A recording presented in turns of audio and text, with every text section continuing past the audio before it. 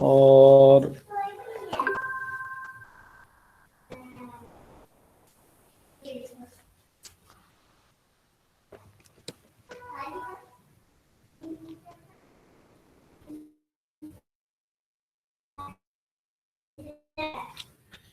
और कैरेक्टरिस्टिक्स में हमने एससीसीपी के ऊपर हमने बहुत ब्रीफ बात की थी कि एससीसीपी जो है वो securities and exchange commission of Pakistan जो है वो क्या चीज़ है। और इनकॉर्पोरेशन ऑफ कंपनीज के ऊपर कंपनी बनाई कैसे जाती है।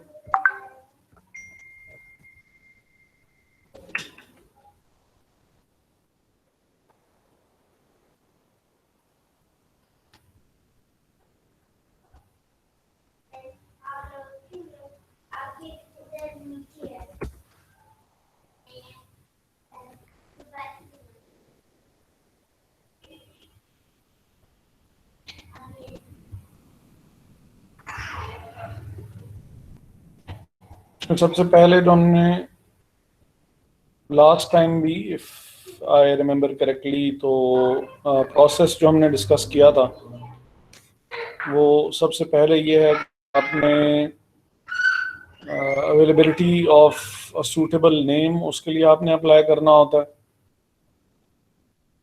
फिर आपने मेमोरेंडम ऑफ एसोसिएशन और आर्टिकल्स ऑफ एसोसिएशन प्रिपेयर करने हैं। और फिर मेमोरेंडम और आर्टिकल्स ऑफ एसोसिएशन जो कि आपने प्रिपेयर कर लिए हैं उसको आपने रजिस्टर करवाना होता है ताकि आपको सर्टिफिकेट ऑफ इनकॉर्पोरेशन मिल सके। और उसके बाद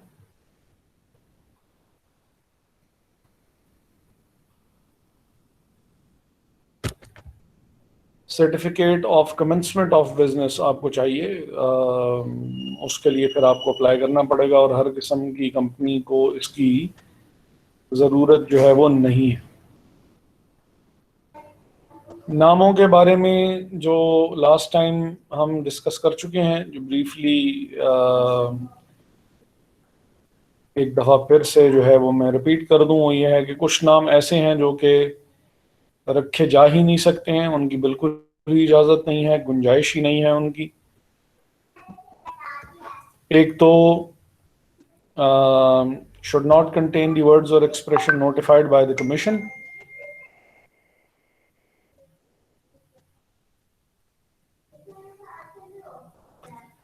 और अगर वो इनअप्रोप्रिएट है, अनडिजायरेबल है, डिसेप्टिव है, रिलीजियस सेंटिमेंट्स को अगर वो एक्सप्लॉइट कर सकता है या उभार सकता है, इंस्टिगेट कर सकता है, तो तब is not a name identical with the name of the company already registered, तो इसकी तो इजाज़त ही नहीं है इस किस्म के केसेस में। इनअप्रोप्रिएट, इंस्टिगेट कर रहा हो, आइडेंटिकल हो, या कोई ऐसी वर्ड या फ्रेज जो कि कमीशन जिसके बारे में पहले से बता चुका हो।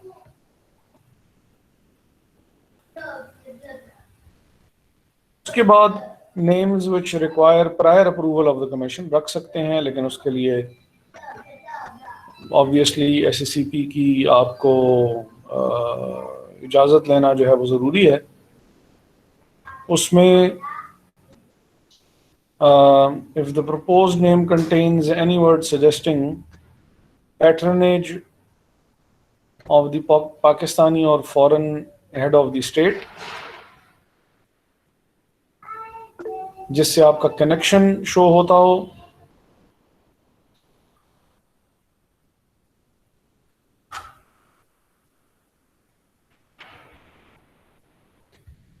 जिससे आपका कनेक्शन शो होता हो, पैटर्नेज शो होती हो, किसी ऐसी कॉरपोरेशन के साथ कनेक्शन शो होता हो जो कि फेडरल या प्रोविंशियल गवर्नमेंट चला रही है,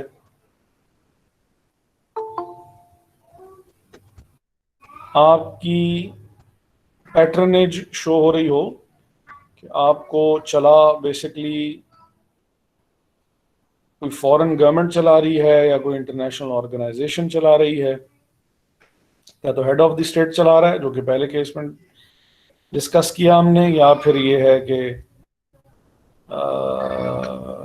फॉरेन गवर्नमेंट कोई चला रही है या इंटरनेशनल ऑर्गेनाइजेशन है कोई।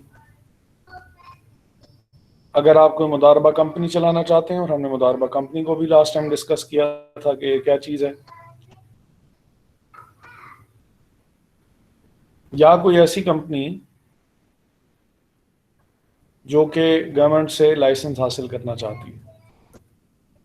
ये वो केसेस हैं जो कि जिसमें आपको पहले से प्रायर अप्रूवल जो है वो लेनी पड़ेगी। फिर हमने बात की थी कि नाम आप रिजर्व करवा सकते हैं, और मैक्सिमम जो है वो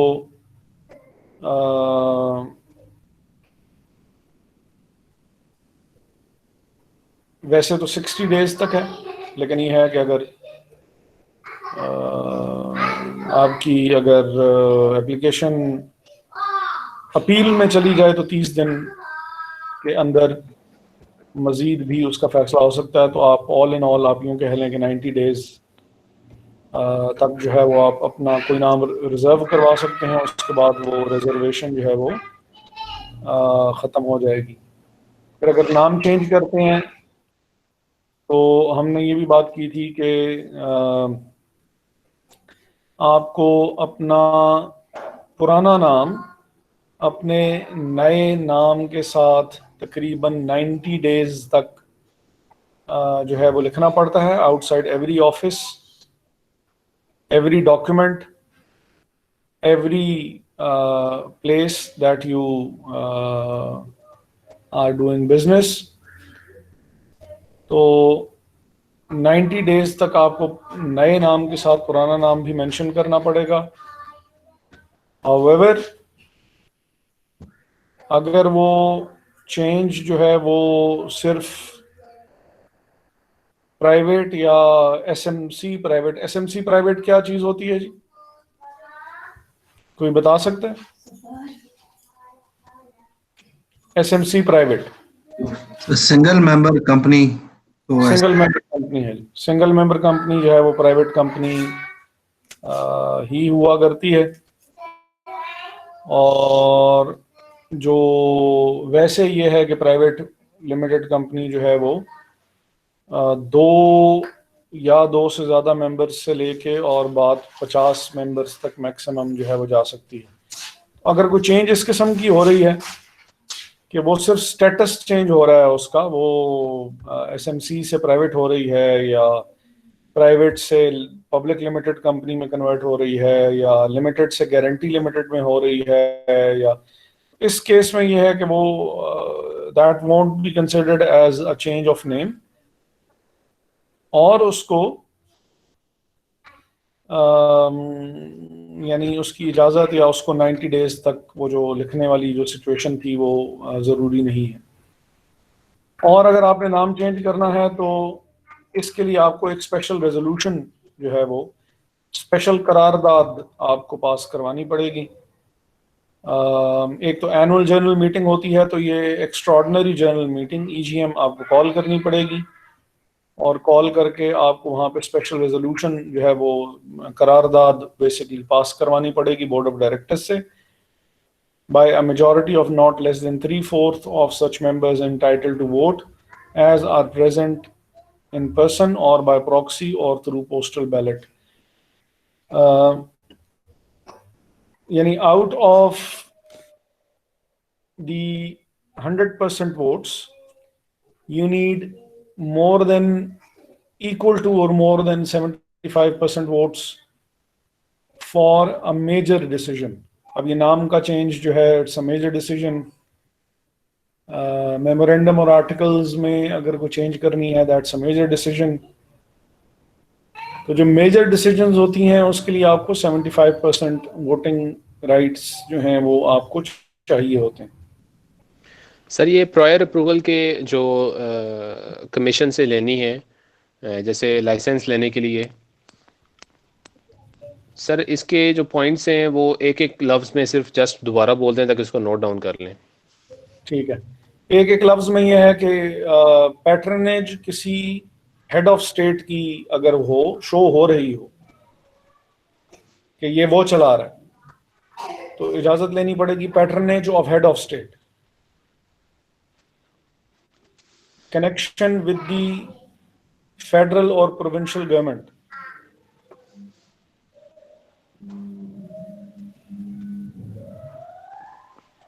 connection with a company of federal or provincial government,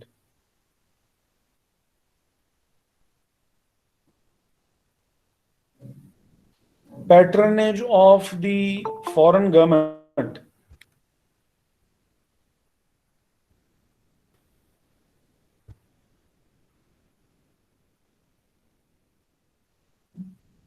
establishment of mudarba,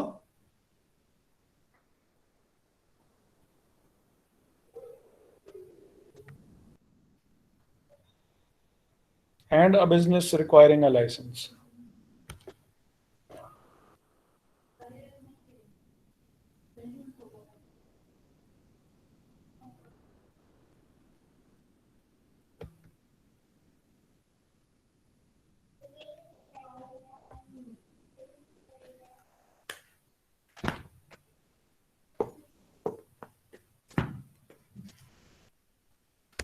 ठीक है जी।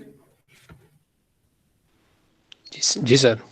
यानी डायरेक्टली और इनडायरेक्टली चार नाम तो ऐसे हैं जिसमें गवर्नमेंट किसी ना किसी तरीके से आ रही है, बेशक वो पाकिस्तानी हो, बेशक वो फॉरेन हो। यानी ये तीन तो ऐसे हो गए, ये भी फेडरल या प्रोविंशियल गवर्नमेंट है, ये भी फेडरल प्रोविंशियल गवर्नमेंट है, ये फॉरेन गवर्नमेंट है, ये हेड ऑफ द स्टेट है जो कि पाकिस्तानी या फॉरेन हो। तो चार तो ये हो गए। उसके अलावा फिर ये मुदारबा है और फिर ये लाइसेंस है, तो टोटल 6 हो।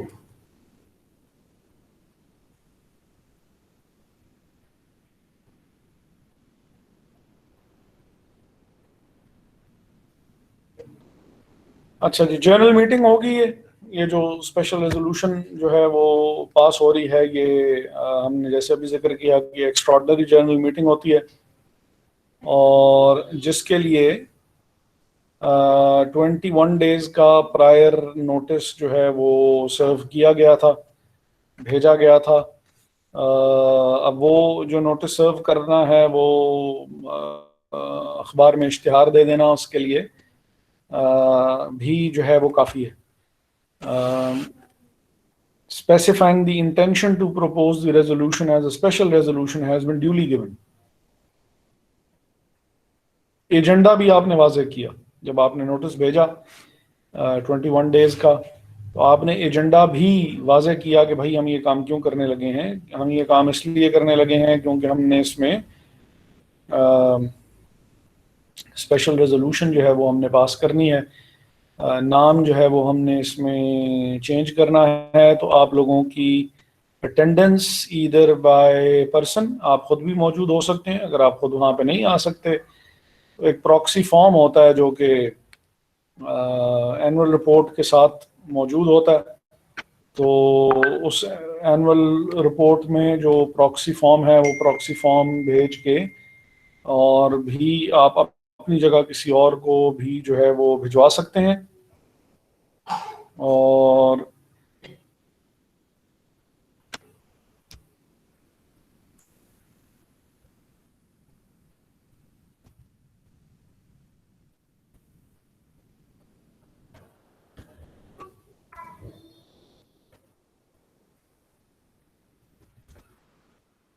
और ये भी हो सकता है कि आप बैलेट के थ्रू भी आप अपना वोट जो है वो भिजवा सकते हैं हमें, जो कि हमें एनुअल जनरल मीटिंग के टाइम पे जो है वो जो एक्स्ट्राऑर्डिनरी जनरल मीटिंग है उसमें हमें पहुंच जाए। अब इसमें पब्लिकेशन ऑफ नेम जो है कि name and incorporation number of every limited company shall be displayed outside the companies every office or place of business in a conspicuous position। ऐसी पोजीशन में होना चाहिए जो कि वाज़े हो, सबको पता हो कि यार ये नाम जो है वो कंपनी का छुपा हुआ ना हो, ऐसा ना हो कि वो ज़्यादा वाजे ना हो, तो बहुत वाजे सी जगह पे उसका नाम, कंपनी के ऑफिस के बाहर भी और प्लेस ऑफ बिजनेस जो है उधर भी, क्योंकि कंपनी का रजिस्टर्ड ऑफिस और प्लेस ऑफ बिजनेस जो है वो एक भी हो सकते हैं, एक नहीं भी हो सकते। मसलन ये जो फौजी फर्टिलाइजर कंपनी है सपोज, इनका जो रजिस्टर्ड ऑफिस जिसको हम कहेंगे, या कहना तो नहीं चाहिए लेकिन बहरहाल आम फहम जुबान में हेड ऑफिस जिसको आप कह रहे हैं, वो रावलपिंडी में सदर से अगर आप आगे जाएं तो जो पल कॉन्टिनेंटल होटल है उसके ऑपोजिट जो है वो इनका मेन जो है वो रजिस्टर्ड ऑफिस है। लेकिन इनके जो प्रोडक्शन प्लांट्स इनके मीरपुर मथेलो में है, गोठ माछी में है, तो जो कि ऑब्वियसली मीरपुर मथेलो और गोठ माछी जो है वो दोनों they are far flung areas, वहाँ पे इनकी प्रोडक्शन होती है और वहाँ से ही तो place of business could be a place which is very much different from the registered office, और अगर आपकी जुबान में कहा जाए तो हेड ऑफिस से जगह डिफरेंट भी हो सकती है। Company shall display a certified copy of the certificate of incorporation at every place of business। जो आपका कंपनी फॉर्म हो गई है तो जो भी उसकी रजिस्ट्रेशन की जो कॉपी है वो भी आपने कॉपी नहीं, हाँ सॉरी, सर्टिफाइड कॉपी आपने प्लेस करके रखनी है, जो भी आपका जहाँ पे भी प्रोडक्शन या बाइंग सेलिंग अगर आप कर रहे हो तो। सील जो आपकी है, मोहर जो है, उसके ऊपर ये नाम आपका मौजूद होना चाहिए, ऑफिस के सामने होना चाहिए, प्लेस ऑफ बिजनेस के सामने होना चाहिए, सील के ऊपर इनग्रेव्ड होना चाहिए। अब ये बाकायदा तौर ये कंडीशन है, खुदा हुआ होना चाहिए उसके ऊपर, उसकी खुदाई हुई भी होनी चाहिए, इनग्रेव्ड होना चाहिए मोहर के ऊपर, ये एक और कंडीशन है। Name address of the registered office, telephone, fax number, email and website address if any shall be mentioned on all documents of the company which are purported to be the documents of the company। अब ये सारी वो चीज़ें हैं जो कि law is very specific कि क्या क्या चीज़ जो है वो जो आपके लीगल डॉक्यूमेंट्स हैं, जो आपके फॉर्मल डॉक्यूमेंट्स हैं, तो फॉर्मल डॉक्यूमेंट्स में कौन कौन सी चीज़ जो है वो किस किस जगह पे जो है वो शो करनी जो है वो ज़रूरी है। पेनल्टीज जो हैं वो अभी जो लेवल्स हैं, लेवल्स फिर ये हैं कि हमने ये भी आगे चल के पेनल्टीज हमने अलहदा से देखनी है कि पेनल्टी क्या क्या हो सकती है। तो अगर आपने नाम अपना ऑफिस के बाहर, प्लेस ऑफ बिजनेस के बाहर और अपनी सील पे या अपने डॉक्यूमेंट्स में मेंशन नहीं किया हुआ, ये सारी चीज़ें ही जो हैं वो using or authorizing the use of another seal that purports to be the company's common seal, or issuing, authorizing any document without mentioning the name, defaulter would also be personally liable to holder of such promissory note। यानी अगर आपने जो ऊपर ये जो जगहें जो बताई गई हैं, यहाँ पे अगर आपने नाम जो है वो अगर आपने अपना मेंशन नहीं किया हुआ तो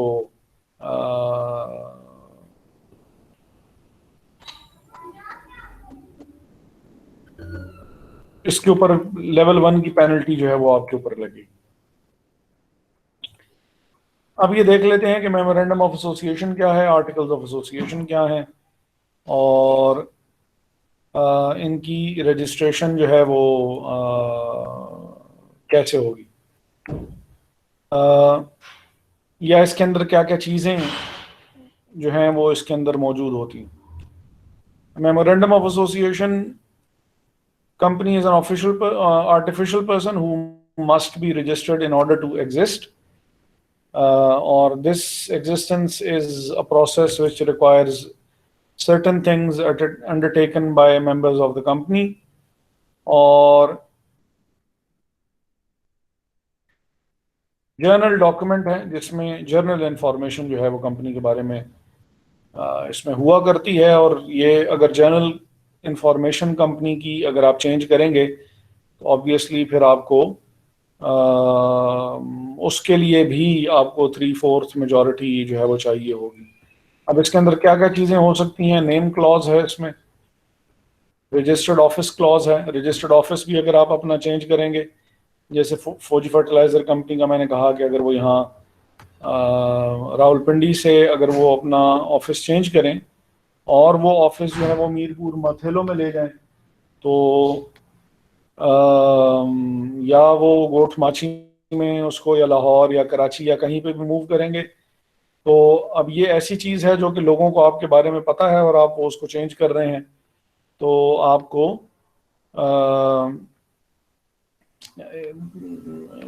इसके लिए बाकायदा तौर पे, क्योंकि आप इससे रजिस्टर हुए हैं, तो आपको बाकायदा तौर पे अपने मेमोरेंडम ऑफ एसोसिएशन को चेंज करना पड़ेगा और रजिस्ट्रेशन इसकी फिर आपको अलहदा करवानी पड़ेगी। प्रिंसिपल लाइन ऑफ बिजनेस, अभी ऑब्जेक्टिव क्लॉज होती है।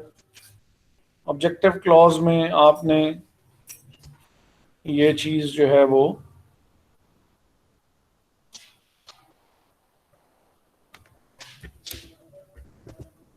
करना क्या चाहते हैं,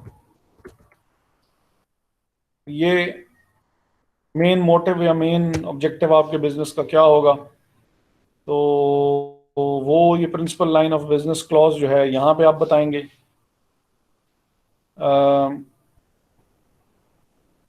ऑब्वियसली बिजनेस जो आप कर रहे हैं वो लीगल मींस के थ्रू करेंगे और लीगल बिजनेस होगा, तो ये भी आपने जो है वो मेंशन करना जो है वो ज़रूरी है। लाइबिलिटी क्लॉज के, लाइबिलिटी की नेचर क्या है? ये अजान हो रही है, मैं ज़रा थोड़ा सा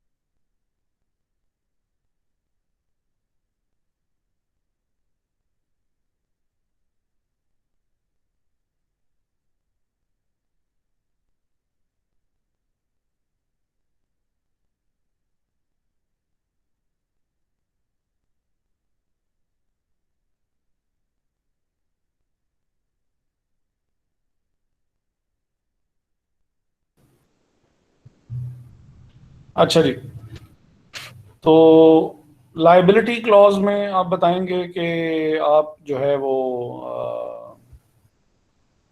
यानी लिमिटेड बाय शेयर्स हैं या लिमिटेड बाय गारंटी हैं या अनलिमिटेड कंपनी है या प्राइवेट लिमिटेड कंपनी। वो प्राइवेट लिमिटेड या पब्लिक तो खैर लिमिटेड बाय शेयर से ही जो है वो पता लग जाएगा। ऑथराइज्ड कैपिटल आपका कितना है, और ये यहाँ से ऑथराइज्ड कैपिटल से आपके मैक्सिमम लिमिट ऑफ शेयर्स का पता लगेगा। Maximum number and amount of shares का अंदाज़ा जो है वो हम यहाँ से लगा सकते हैं। और सब्सक्रिप्शन क्लॉज में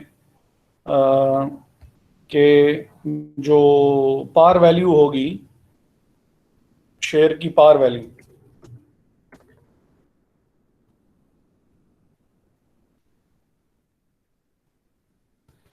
पार वैल्यू ऑफ शेयर्स जो होगी वो क्या होगी।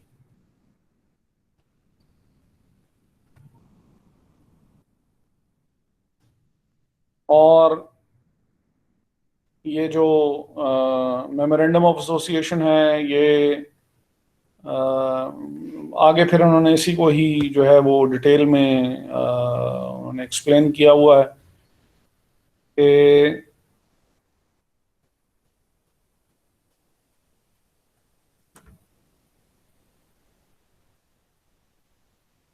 एक एक करके जो नाम का हिसाब किताब था वो तो हमने देख लिया।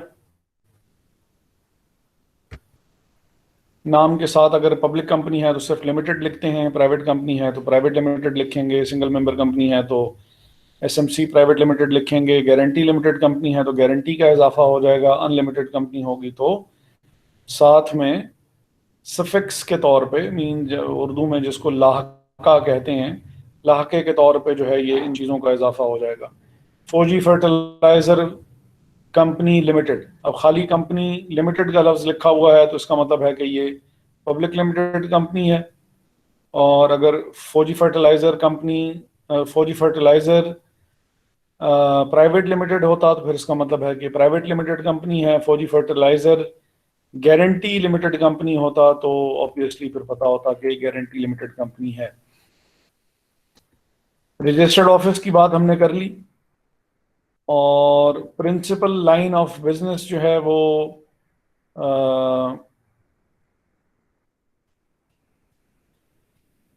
कंपनी का जो ऑब्जेक्टिव है,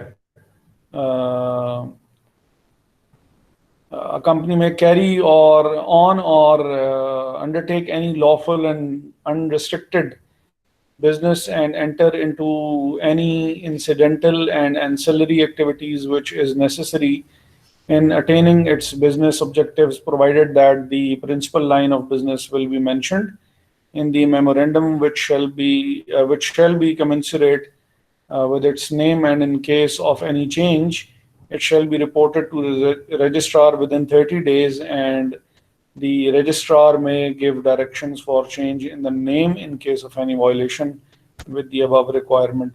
अब बातें वही हैं सारी, बाकी बस आपने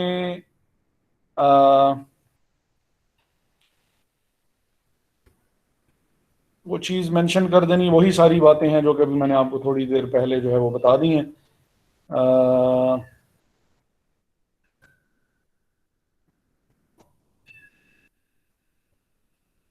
हाँ, ये एक ज़रा ज़रूरी बात है। Provision as to companies limited by guarantee, in case of a company limited by guarantee and not having a share capital, any clause giving right to any person other than a member to participate in the divisible profits of the company will be void.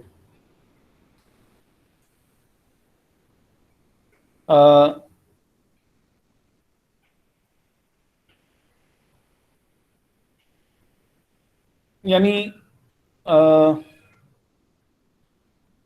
हमने ये बात जो है वो discuss की थी। अब मैं वो देख लेता हूँ कि अगर मुझे नोट्स जो है वो आप लोगों के जो हैं वो अगर मिल सकें हमने ये डिस्कस किया है कि नहीं किया है कि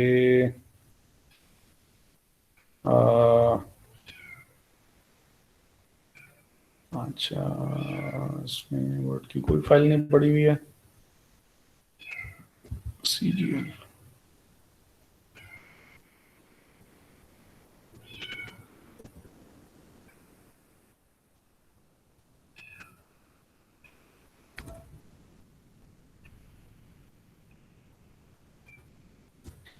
लिमिटेड बाय, हाँ जी मैंने बिल्कुल एक्सप्लेन किया हुआ है। लिमिटेड बाय गारंटी कंपनी की दो टाइप्स हो सकती हैं, having a share capital, not having a share capital. अगर कोई ऐसी कंपनी है जो कि गारंटी लिमिटेड कंपनी है और guarantee limited company not having a share capital है, guarantee limited company not having a share capital, तो any clause giving right to any person other than member to participate in the divisible profits of the company will be void। कि वो बंदे जिन्होंने company में investment कर रखी है उसके अलावा डिविडेंड किसी को नहीं दिया जा सकता। ये आसान तरीन अल्फाज में, सादा अल्फाज में इस चीज का मतलब है जो यहाँ लिखी हुई है कि कोई कंपनी जो कि गारंटी लिमिटेड कंपनी है, not having a share capital, वहां पे मेंबर के अलावा किसी और बंदे को, यानी वो बंदा जिसने कंपनी में इन्वेस्टमेंट कर रखी है उसके अलावा किसी को भी डिविडेंड में शरीक नहीं किया जा सकता है या डिविडेंड नहीं दिया जा सकता।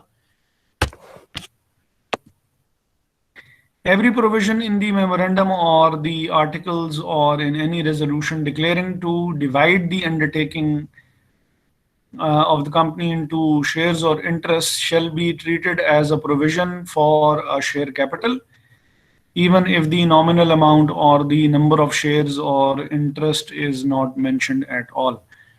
अगर आपने ये, अगेन ये वाली प्रोविजन भी guarantee limited company not having a share capital के ऊपर ही अप्लाई हो रही है कि अगर आप टोटल अमाउंट जो कि इन्वेस्ट की हुई है लोगों ने, अगर आप उसके पार्ट्स मुकर्रर करते हैं कि आज तक कंपनी में 5 करोड़ इन्वेस्ट किया जा चुका है, हम इन 5 करोड़ को 50 लाख हिस्सों में डिवाइड करते हैं, हर हिस्सा जो है वो 10 रुपए के बराबर होगा। अब आपने क्या किया है कि not having a share capital company को हैविंग अ शेयर कैपिटल में आपने डिवाइड कर दिया है और हैविंग अ शेयर कैपिटल की तरफ जो है वो आप ले आए हैं, क्योंकि आपने डिवीजन कर दी है, जो amount invested in the business है उसकी डिवीजन आपने, अब आप नाम उसको शेयर्स का दें या ना दें, लेकिन डिवीजन क्योंकि आपने की है तो ये चीज जो होगी ये यानी ये शुमार इसी तरह किया जाएगा कि आपने जो कंपनी है उसको शेयर्स में डिवाइड कर दिया है, तो वो फिर कंपनी गारंटी लिमिटेड तो रहेगी, लेकिन not having a share capital से वो guarantee limited company having a share capital में कन्वर्ट हो जाएगी।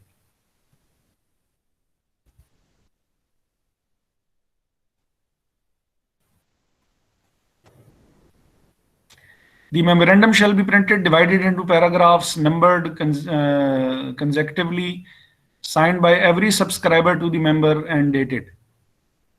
The subscribers shall add his present name in full, his occupation and father's name, और फिर वो आगे डिटेल खैर उसकी वो है। और यूजुअली ये जो मेमोरेंडम ऑफ एसोसिएशन के सब्सक्राइबर्स जो होते हैं, they become the first directors of the company और जिसके बारे में हमने GRE के लेक्चर में ये बात की थी कि ये वो लोग होंगे जो कि एक साल के लिए कंपनी के डायरेक्टर्स जो होंगे वो मुकर्रर कर दिए जाएंगे। Alteration in memorandum of association, उसके लिए 3/4 मेजॉरिटी चाहिए होगी और एक्स्ट्राऑर्डिनरी जनरल मीटिंग में आपको ये फैसला जो है वो करना पड़ेगा।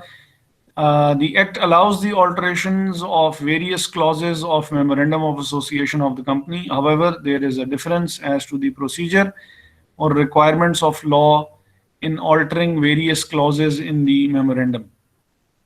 अब इसमें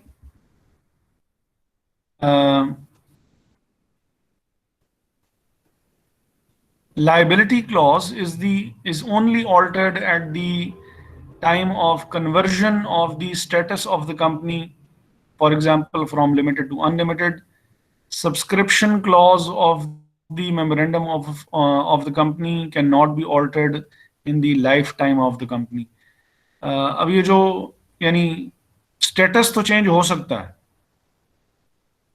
लेकिन ये जो सब्सक्रिप्शन क्लॉज है कि इस मेमोरेंडम ऑफ एसोसिएशन को और इस आर्टिकल ऑफ एसोसिएशन को कुछ साइन भी करेगा, ये चीज़ जो है ये ऑल्टर नहीं की जाएगी कभी भी। जब भी आप मेमोरेंडम या आर्टिकल्स ऑफ एसोसिएशन रजिस्टर करवाना चाहेंगे तो वो तमाम लोग जो कि कंपनी का नाम या वो प्रपोज कर रहे हैं उनको इसको साइन करना पड़ेगा और उनको ये डिटेल्स देनी पड़ेंगी जो कि यहाँ पे लॉ में लिखी हुई हैं कि उनको अपना नाम, ऑक्यूपेशन, फादर का नाम, अगर कोई खातून है तो, और मैरिड खातून है तो हस्बैंड का नाम जो है वो देना पड़ेगा, नेशनैलिटी बतानी पड़ेगी, रेजिडेंशियल एड्रेस बताना पड़ेगा और मज़ीद भी अगर कोई इंफॉर्मेशन चाहिए हो लॉ मेकर्स को तो वो भी आपको वहाँ पे जमा जो है वो आपको करवाना पड़ेगा साइन करने के बाद।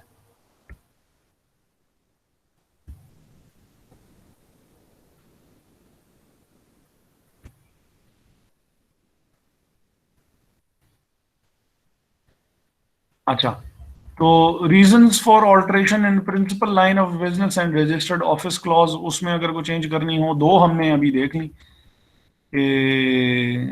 लाइबिलिटी क्लॉज और सब्सक्रिप्शन क्लॉज। जो है लाइबिलिटी क्लॉज को अगर आपने चेंज करना है तो वो आपका सिर्फ स्टेटस चेंज हो जाएगा कि आप प्राइवेट से पब्लिक हो गए हैं, पब्लिक से प्राइवेट हो गए हैं, गारंटी से अनलिमिटेड हो गए हैं या अनलिमिटेड से गारंटी या गारंटी से पब्लिक हो गए हैं। और सब्सक्रिप्शन क्लॉज जो है वो चेंज नहीं की जा सकती है। एज पर दी एक्ट, ये जो कंपनीज एक्ट 2017 जो है, the company may alter the provisions of its memorandum so as to change the place of its registered office from one province to another or from Islamabad Capital Territory ICT to a part of Pakistan not forming part of a province and vice versa. अब तो पहले ये situation हो सकती थी कि जिस वक्त तक ये गिलगित बल्तिस्तान और ये बाकी जो है वो प्रॉपरली पाकिस्तान का पार्ट नहीं बने थे, तो उस वक्त तक फिर ये है कि अगर किसी ने वहाँ पे कोई अपना ऑफिस सेटअप किया हुआ है तो not forming part of a province तक की बात उस वक्त तक एप्लीकेबल जो थी हो सकती थी। अब तो ऑब्वियसली सारे जो हैं वो फाटा को अभी तक इन्होंने सूबा बनाया है कि नहीं बनाया है, मुझे इस वक्त मेरा जहन नहीं काम कर रहा। No sir. बस फिर अगर कोई फाटा में कोई ऑफिस बना रहा है तो फिर उसके ऊपर ये चीज़ ऑब्वियसली उसके लिए है ये।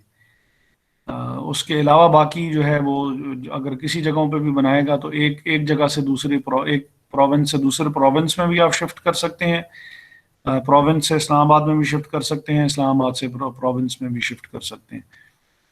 Change its principal line of business or adopt any business activity or any change therein which is subject to license, registration, permission or approval. The alteration shall not take effect until and except insofar as it is confirmed by the commission on petition of the company filed for this purpose. As we already know that the company is required to write only the province or part of the Pakistan not forming part of the province in its memorandum of association. Therefore, the company is not required to alter its memorandum of association if it intends to shift its registered office within a province from one place to another place. Lahore से Multan shift कर रहे हैं तो क्योंकि आपने बस ये बताना है कि पंजाब में हैं आप, तो अगर आप पंजाब से केपीके में नहीं जा रहे और विद इन पंजाब मूव करना चाह रहे हैं तो आपको मेमोरेंडम को चेंज करने की ज़रूरत नहीं है, ना उसको चेंज जो है वो शुमार किया जाएगा। जैसे रावलपिंडी है, रावलपिंडी से उठा के आप लाहौर चले जाएं, लेकिन अगर आप रावलपिंडी से गोठ माची जाएंगे या मीरपुर मथेलो जाएंगे जो कि सिंध में है, तो फिर ऑब्वियसली आपको चेंज की ज़रूरत जो है वो चेंज ही शुमार की जाएगी, क्योंकि अब आपने प्रोविंस चेंज किया है। लेकिन विद इन द प्रोविंस अगर आप शहर कोई चेंज कर लेते हैं तो फिर वो चेंज ऑफ प्लेस या रजिस्टर्ड ऑफिस ट्रीट नहीं किया जाएगा।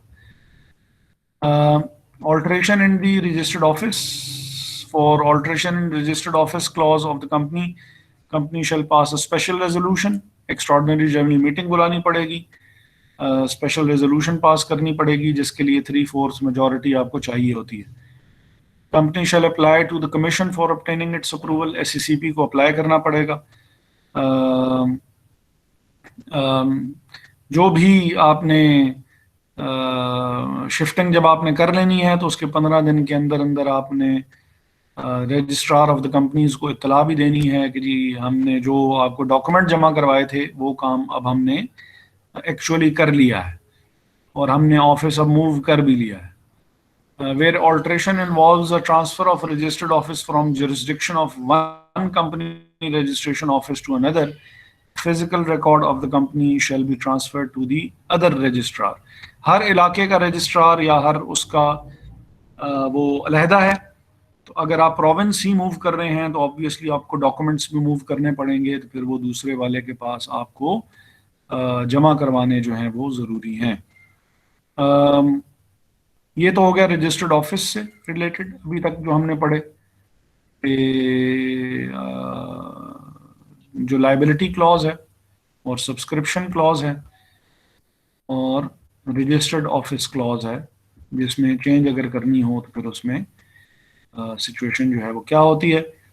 Alteration in principal line of the business, principal line of business से मुराद ये है कि आपने कंपनी रजिस्टर करवाई थी फर्नीचर बनाने के लिए और आपने गाड़ियां बनानी शुरू कर दी, तो the company shall pass a special resolution and shall only file the amended memorandum with the registrar with in 30 days of the change.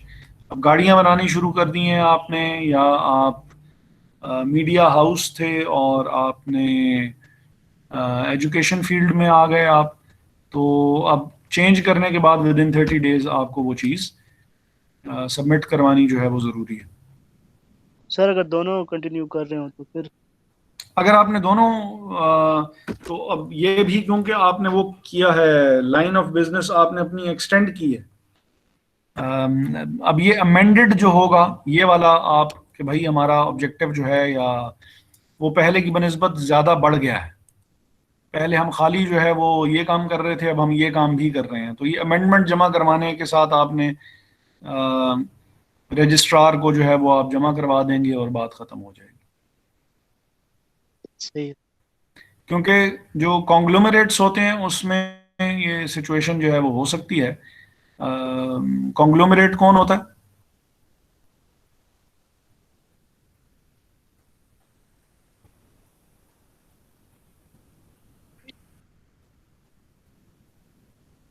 आवाज उजैर जफर।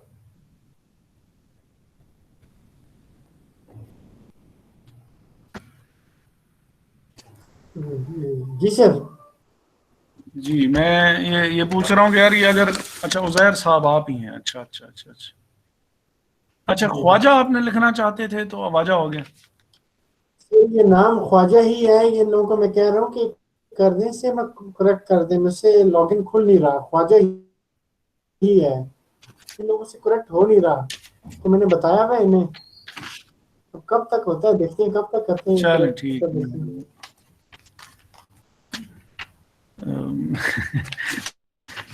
फैसल साहब खैर है, कभी किसी के साथ भी हो सकती है वैसे तो कोई नहीं जी। उज़ैर पर Yes, sir. अच्छा, ये एरिक ए कौन है भाई?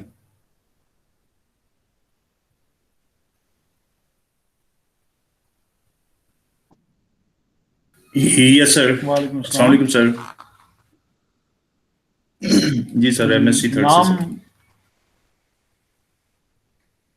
एरिक ही है? जी एरिक सर। अच्छा, और ये एरिक के यस नाम सर। स्पेलिंग्स ठीक लिखे हुए हैं?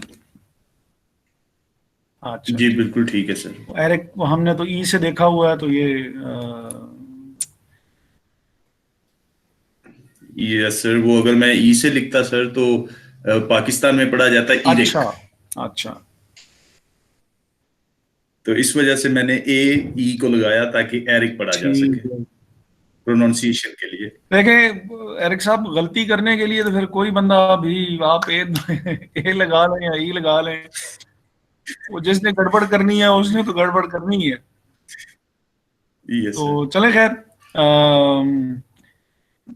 यार मुझे वो आज नाम पढ़ के यही भूल गया कि मैं सवाल कर क्या रहा था। कॉन्ग्लोमरेट क्या होता है? हाँ,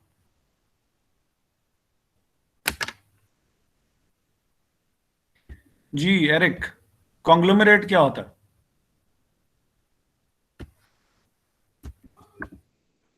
सॉरी सर। ये आप लोगों के लिए, आपके सामने वो भी स्पेलिंग्स भी लिख दिए, तो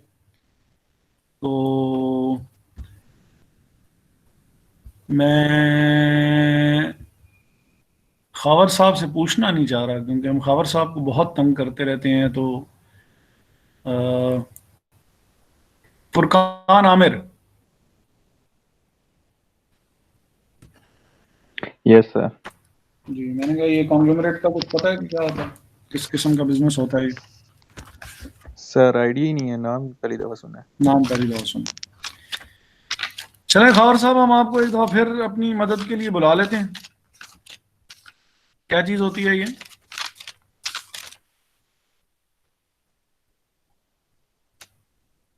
खावर साहब हैं? सर ये गालिबन आपने ही पिछली या उससे पिछली क्लास में GRE में, या सर इजाज़ ने शायद कहीं बताया था इसके बारे में, कि छोटे छोटे बिजनेस होते हैं जिसे कंपनी ऑन कर रही होती है, अगर यानी छोटे छोटे बिजनेस होते हैं तो वो एक्वायर कर लेती है और उसे ऊपर एक लीड कर रही होती है शायद कंपनी, इस तरह का कुछ है इसमें। हाँ जी, अगर अनरिलेटेड डिफरेंट किस्म के बिजनेसेस कोई एक कंपनी जो है वो चला रही हो तो उसको हम कहेंगे, कॉन्ग्लोमरेट कहेंगे। मसलन इंडिया में वो टाटा कंपनी है, और टाटा जो है वो गाड़ियों में भी हैं और एनर्जी में भी हैं, और भी उनका एजुकेशन में भी हैं, I guess, if I remember correctly. Pakistan में ये जो पंजाब ग्रुप वाले हैं एजुकेशन फील्ड में भी हैं, मीडिया में भी हैं। जी think sir someone use field job college। दुनिया वाले हैं, समा इनका नहीं है, दुनिया हाँ वाले। जी सर, हाँ, जी सर, दुनिया में।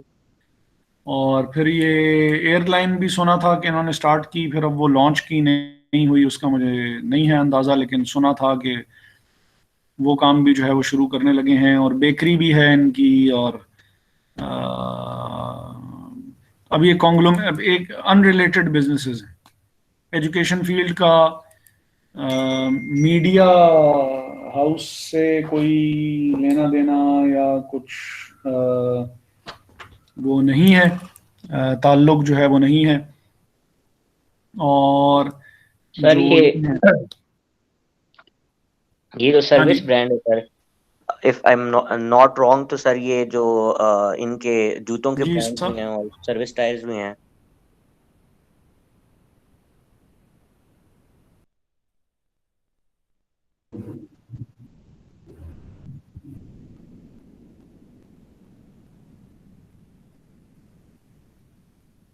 साथ साहब नई बात समझ में आई।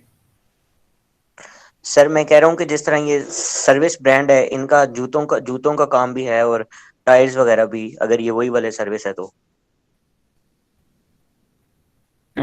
इसका मुझे आइडिया जो नहीं। मैं सर्विस शूज है, उन्होंने तो अपना ब्रांड नेम चेंज कर दिया, उनका तो ब्रांड नेम चेंज हो गया, एंड्योर हो गया। नहीं, एंड्योर उनकी एक लाइन ऑफ बिजनेस, यानी एक एक प्रोडक्ट लाइन में एक नई प्रोडक्ट है। नाम उनका वही है, सर्विस ही है अभी तक, लेकिन वो एक एक प्रोडक्ट लाइन है जो कि एंड्योर है। सर ये सर्विस और शूज और जो टायर्स है सर, ये एक ही कंपनी है। ठीक हो गया। तो खैर, यानी कॉन्ग्लोमरेट एक ऐसी, यानी सर्विस ऐसा, का टायर कुछ सब ना मुकाबले का तो नहीं होगा ना, जिस तरह बाकी टायर हैं, क्या ख्याल है कि नहीं? पता नहीं, बाइक अगर मैं इंशाल्लाह कभी जिंदगी में चलाई तो फिर मैं अच्छा, आपको ये सिर्फ हम पर्सनल, बाइक के टायर बनाते हैं? अच्छा अच्छा। जी जी, मैं फिर पर्सनल तजर्बा इंशाल्लाह आपके साथ जरूर शेयर करूंगा। इंशाल्लाह सर, इंशाल्लाह। अच्छा, तो कमीशंस अप्रूवल फॉर ऑल्टरेशन, वो जो है वो in both of the above cases the company shall file an application to the commission. Commission का लफ्ज जहां जहां आ रहा है वहां पे SECP उससे जो है वो मुराद है। On the basis of special resolution as discussed above, the commission must be satisfied that the circumstances as discussed above for the alteration of the objective and registered office clauses of the memorandum exist, and sufficient notice regarding alteration of the memorandum has been given by the company to every creditor and member of the company. अब objective क्योंकि आपने change कर लिया है, जिन लोगों ने आपको furniture के लिए उधार या कर्जा दिया हुआ था, अब आप गाड़ियों के बिजनेस के लिए जा रहे हैं, तो उस बिजनेस का बनेगा क्या, और वो अमाउंट जो है वो रिकवर हो पाएगी नहीं हो पाएगी? ऑब्वियसली हो पाएगी, लेकिन बहरहाल आपको उनको नोटिस वगैरह देना जो है वो ज़रूरी है आपको, कि कंपनी वहीं की वहीं है, सिर्फ ऑब्जेक्टिव जो है वो चेंज हुआ है, तो जो अमाउंट हमारे ऊपर आपकी लायबिलिटी थी, वो अमाउंट अब भी आपकी हमने पे करनी है। बाकी इसमें जो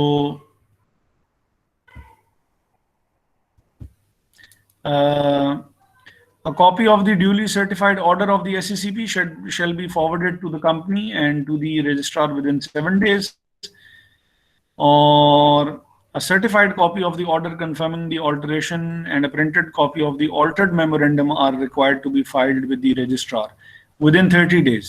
ठीक है, तो 30 दिन के अंदर अंदर जो चेंजेस आपने की हैं वो रजिस्ट्रार के पास जमा करवाना भी ज़रूरी है, और रजिस्ट्रार आपको एक सर्टिफिकेट इशू कर देगा जो कि फाइनल ये हो, इस चीज़ को बिल्कुल फाइनल कर देगा कि ये जो चेंजेस आपने की थी वो चेंजेस हो गई हैं। अब ये ज़रूरी बात है, ये जो बाकी तो effect of failure to the registrar वो खैर आप लोग पढ़ ही लेंगे और देख ही लेंगे।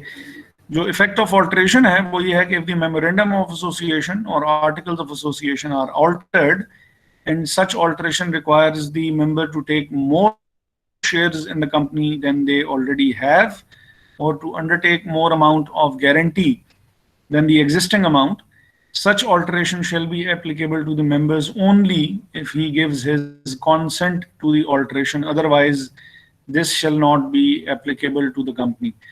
अब obviously अगर वो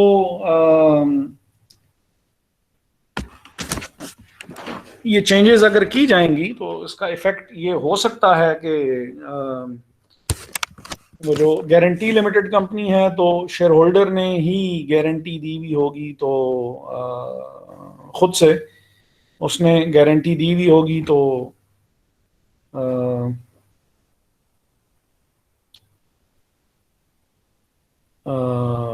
वो गारंटी की अमाउंट जो है वो हो सकता है कि बढ़ जाए या कम हो जाए। तो रेजोल्यूशन पास ही तब हो सकती है कि अगर 75% ने इसके हक में फैसला दिया हुआ हो।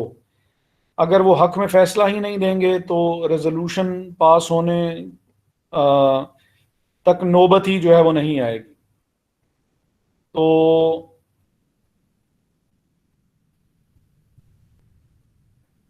ये वाली जो बात है कि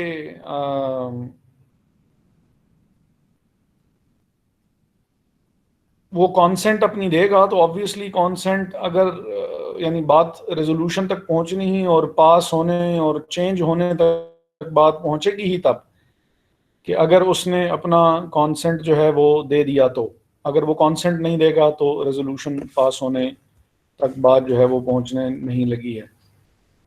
registration of the memorandum of association,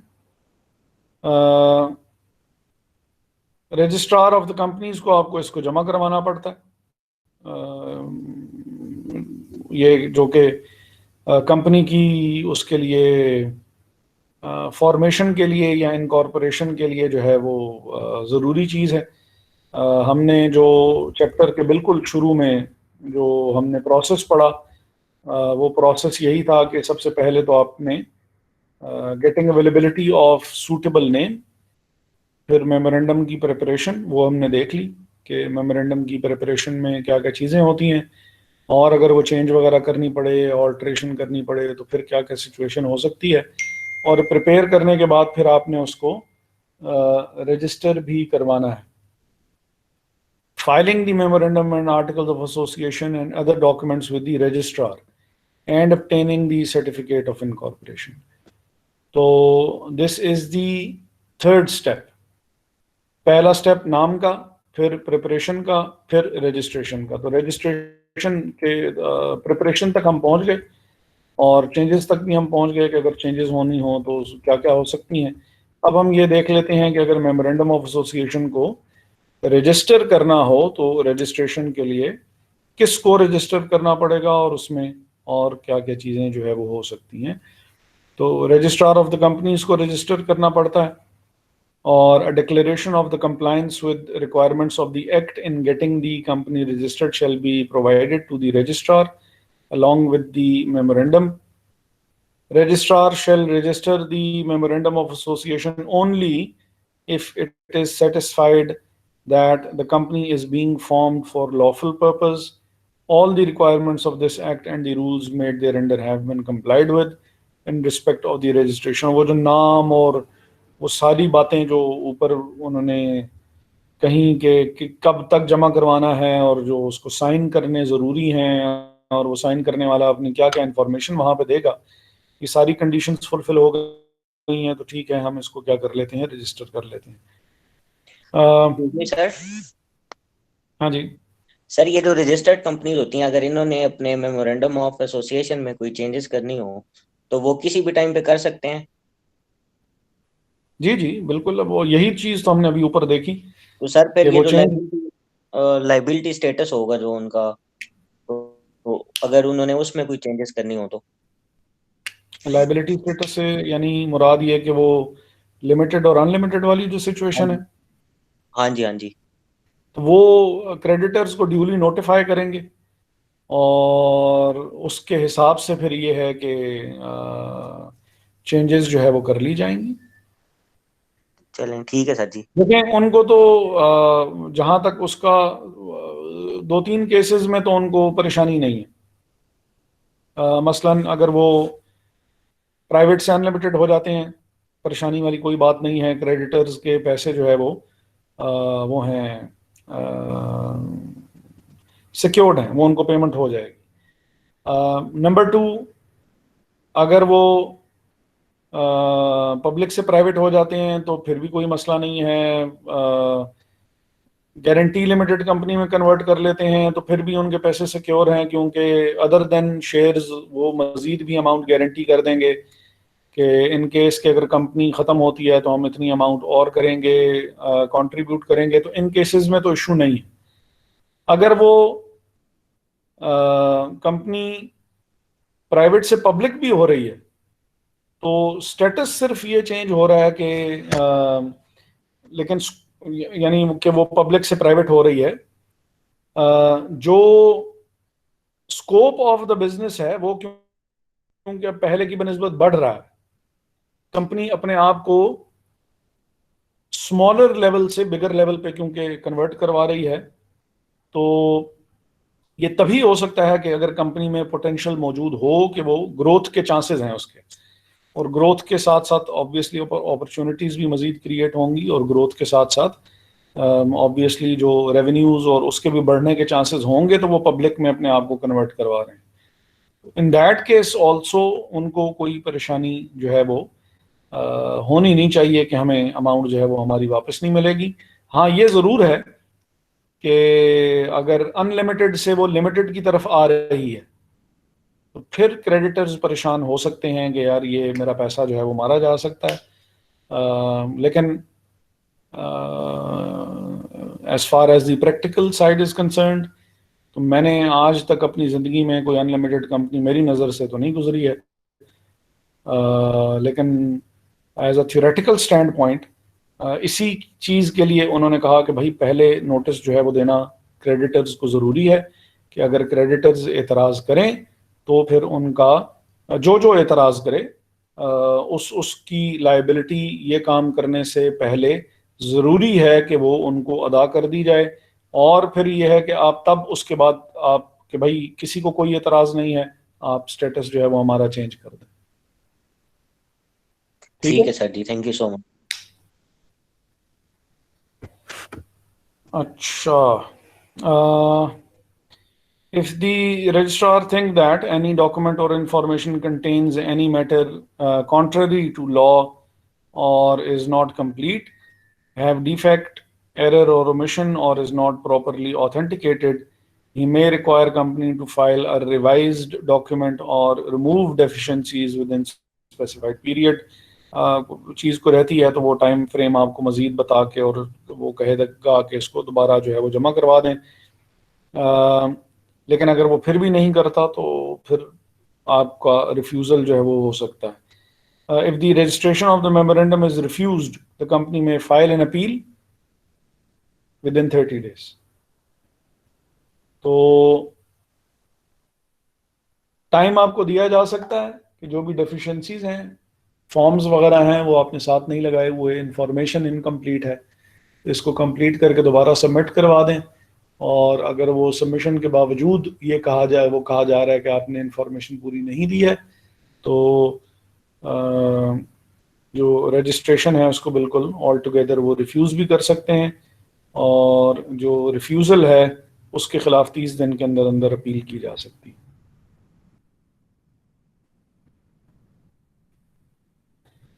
registration of the memorandum. जी सर, आज के लिए बहुत एक्सक्यूज मी सर, जी जी, ये जो अपील करेंगे सर री रजिस्ट्रेशन की, तो इसके लिए सर किससे कंसर्न करना होगा? जो SECP है, सिक्योरिटीज एंड एक्सचेंज कमीशन से, और सिक्योरिटीज एंड एक्सचेंज कमीशन का ही, क्योंकि वो रजिस्ट्रार से भी ऊपर की अथॉरिटी है, उसका फैसला जो होगा वो फाइनल होगा। Sir, registrar of the companies भी इधर ही बैठता है? हाँ, लेकिन SECP के अंदर ही। बिल्कुल सही है। और SECP जो है वो जो रजिस्ट्रार है, it's part and parcel of the SECP, यानी SECP से कोई अलग चीज़ नहीं है, SECP का ही पार्ट है।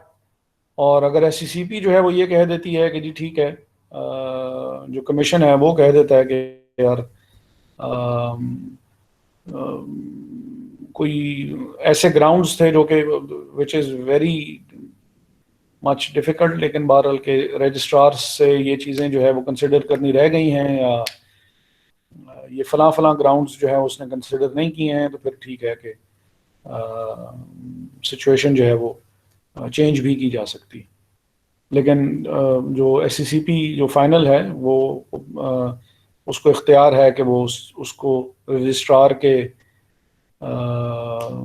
किए हुए एतराज़ को अपहेल्ड कर ले या उसको डिनाई करे और कंपनी को कहे कि ठीक है आप अपनी रजिस्ट्रेशन के प्रोसेस से आगे गुजर सकते हैं। तो registration of the memorandum and articles means the registration of the company. The registrar, if satisfied regarding the above mentioned, shall register the company and shall issue a certificate that the company is incorporated. वही बात जो अभी हम जी sir आप जारी रखिए sir. अच्छा, तो वो जो अभी मैंने 3 स्टेप प्रोसेस की बात की थी कि पहले नाम के लिए अप्लाई करेंगे, फिर मेमोरेंडम आर्टिकल्स बनाएंगे और फिर आप उसको रजिस्टर करवाएंगे, तो उसके बाद आपको सर्टिफिकेट ऑफ इनकॉर्पोरेशन दे दिया जाएगा। तो वो काम जब आपने रजिस्टर करवा दिया तो फिर आपको सर्टिफिकेट ऑफ इनकॉर्पोरेशन दे दिया जाएगा, जो कि इस बात का सबूत होगा कि कंपनी जो है वो बन चुकी है। The certificate of incorporation shall state name and registration number of the company, date of its incorporation, whether it is private or a public company, whether it is a limited or unlimited company. तो obviously ये सारी situation ये इसी चीज़ के लिए तो आपने अप्लाई किया हुआ है। डेट ऑफ इनकॉर्पोरेशन जो है ये बड़ी ज़रूरी है कि कंपनी इस्टेब्लिश कब हुई है, और date of commencement of business वो उसका सर्टिफिकेट एक अलहदा चीज़ है, वो भी बाद में हम देखेंगे कि वो क्या चीज़ है। लेकिन किस डेट को फॉर्म हुई कंपनी, बाकी नाम और ये चीज़ें ये तो पहले से ही, तो जो असल चीज़ है जो जिसके लिए आपने ये सर्टिफिकेट हासिल किया है वो ये डेट ऑफ इनकॉर्पोरेशन है। The registration of the company has the following effects as from the date of incorporation. The subscribers to the memorandum and subsequent members of the company are a body corporate by the name stated in the certificate of incorporation. It is capable of exercising all the functions of an incorporated company having perpetual succession and common seal. Status and registered office of the company are as stated in the application for registration. अब company उसके बाद से उसकी अलहदा कानूनी हैसियत हो जाती है। अब से ऑनवर्ड फिर वो जो हमने बिल्कुल शुरू में जो हमने बात की थी कि कंपनी एक ऐसा बिजनेस फॉर्म है जिसकी अपनी अलहदा कानूनी हैसियत होती है, तो जैसे ही कंपनी को सर्टिफिकेट ऑफ इनकॉर्पोरेशन मिला तो आज के बाद से कंपनी की अपनी अलहदा कानूनी हैसियत हो गई। टैक्स के मामलात या टैक्स कंपनी के ऊपर अलहदा से कंपनी के ऊपर लगाया जाएगा। कंपनी की अगर कोई लीगल प्रोसीडिंग्स करनी है तो वो कंपनी के ऊपर अलहदा कंपनी के नाम से की जाएंगी, जो कि अगर कोई पहले कोई प्राइवेट लिमिटेड कंपनी है तो प्राइवेट लिमिटेड कंपनी में जो पार्टनर्स हैं उनके ऊपर मुकदमात अलहदा उनके अपने नाम से होंगे।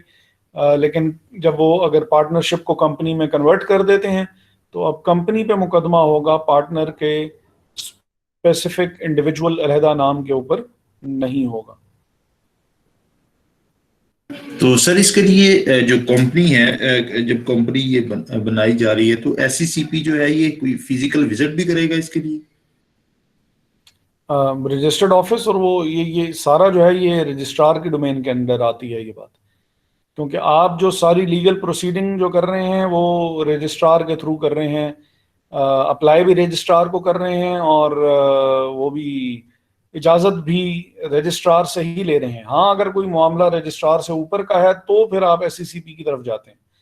तो रजिस्ट्रार की डोमेन के अंडर ये चीज़ आती है कि जो बातें बताई गई हैं वो उसका ऑडिट भी कर लिया जाए कि यार ये जो चीज़ बताई जा रही है कि हमारा हार्ले स्ट्रीट में सपोज हमारा हेड ऑफिस है और हार्ले स्ट्रीट में इनके हेड ऑफिस की कोई एग्जिस्टेंस ही ना हो, तो अब आपने उसको रजिस्टर कर दिया और कानूनी हैसियत दे दी, तो बगैर ऑडिट किए या बगैर लफ्ज मेरे जहन में ऑडिट का ही आ रहा है, बगैर ऑथेंटिकेट किए आप उसको कानूनी लेटर एक नहीं दे सकते, क्योंकि कल को जो भी मामलात उसके चलने हैं वो इसी लेटर के हिसाब से ही चलने हैं।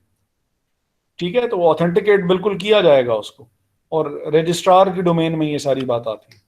ये सर कुछ लोगों ने कंपनीज बनाई हुई हैं तो उन्होंने ये अपने घरों के अंदर ही सेटअप लगाया हुआ, तो अब देखिए उन्होंने एड्रेस जो है वो वहीं का दिया हुआ होगा कि जी ये हमारा एड्रेस है जो कि हमारा रजिस्टर्ड ऑफिस है। अब ऑफिस तो वो कहीं पे भी इस्टेब्लिश कर सकते हैं जहां पे जैसे अभी हमने थोड़ी देर पहले भी देखा कि अगर तो पंजाब है, जो जगह है वहां पे प्रोविंस का नाम लिखा होगा, एग्जैक्ट प्लेस, हाँ, जो रजिस्ट्रार के पीछे के पास जो डॉक्यूमेंट्स या वो उसमें आपने अपना कंप्लीट एड्रेस लिखा हुआ होगा। लेकिन जो सर्टिफिकेट ऑफ इनकॉर्पोरेशन होगा या मेमोरेंडम ऑफ एसोसिएशन में, क्योंकि जर्नल किस्म की इंफॉर्मेशन होती है तो वहां पे इतनी ज्यादा डिटेल में नहीं पिन पॉइंट की कहाँ पे वो चीज होगी। रजिस्ट्रार के पास वो चीज डेफिनेटली होगी, और रजिस्टर्ड ऑफिस कहीं पे भी हो सकता है। जो जितनी आपकी वर्थ है, औकात है, पसली है, उसके हिसाब से आप अपना ऑफिस कहीं पे भी सेटअप कर सकते हैं। उसमें कोई वो नहीं है पाबंदी या कि यार वो कोई ख़ास बिल्डिंग की कमर्शियल एरिया ही होना चाहिए जिस जगह पे जो है वो इस्टेब्लिश हुई भी हो। हाँ, वो उनकी नज़र में ज़रूर होनी चाहिए। बाकी ये पाकिस्तान है, पॉसिबल तो यहाँ सब कुछ है, लेकिन बाय रूल्स ऐसी चीज़ें नहीं। अच्छा सर, ये कंपनी बनने का जो कंप्लीट प्रोसीजर होता है ये 90 दिन के अंदर अंदर कंप्लीट होता है, मतलब कि 90 दिन में कंपनी फॉर्म हो जाती है? सवाल की मुझे समझ में नहीं आई सर मतलब अगर एक कंपनी नई स्टार्ट होनी है तो उसको जो क्या कहते हैं सर, सर्टिफिकेट ऑफ इनकॉर्पोरेशन जो होता है उसका मतलब कि कंपनी बन चुकी है, वो कितने दिनों के अंदर अंदर कंप्लीट हो जाता है? देखिए, अब ये तो अब आप पे डिपेंड करता है ना कि यानी सबसे पहले अगर मैं अब दोबारा मैं प्रोसेस की तरफ वापस जा रहा हूँ। नहीं सर मतलब सर मैं हाँ जी जी कुछ नहीं सर। सर, जिस तरह आपने नहीं, बताया मैं कि अब सवाल मैं समझ गया हूँ कि हाँ जी हाँ जी नाम लेने से लेके ठीक और है एंड सर्टिफिकेट ऑफ इनकॉर्पोरेशन हाथ में आने तक कितने दिन लग हाँ जाएंगे। जी जी जी अब देखें, इसमें ये जो मेमोरेंडम ऑफ एसोसिएशन है और जी जी आर्टिकल्स ऑफ एसोसिएशन है, जो कि अभी हमने पढ़ा भी नहीं है, हमने खाली मेमोरेंडम ऑफ एसोसिएशन तक हमने अभी तक बात पहुंचाई है। तो मेमोरेंडम ऑफ एसोसिएशन जो है ये आप कितने अरसे में प्रिपेयर कर लेंगे ये document. Articles of association, rules and regulations जो डिफाइन करना, this is a very tedious process. तो आप 90 दिन तक तो नाम अपने पास रिजर्व करवा के रख सकते हैं, इससे ज्यादा तो नहीं रख सकते। हाँ जी तो अ वाइजर थिंग वुड बी कि बैक एंड पे पहले आप ये प्रिपेयर कर लें मेमोरेंडम और आर्टिकल्स जो हैं, ठीक है और फिर उसके बाद आप नाम के लिए अप्लाई करें, ताकि ये चीज़ें जैसे ही नाम की क्लियरेंस हो, मेमोरेंडम और आर्टिकल्स आपके पास पहले से कंप्लीट साइंड,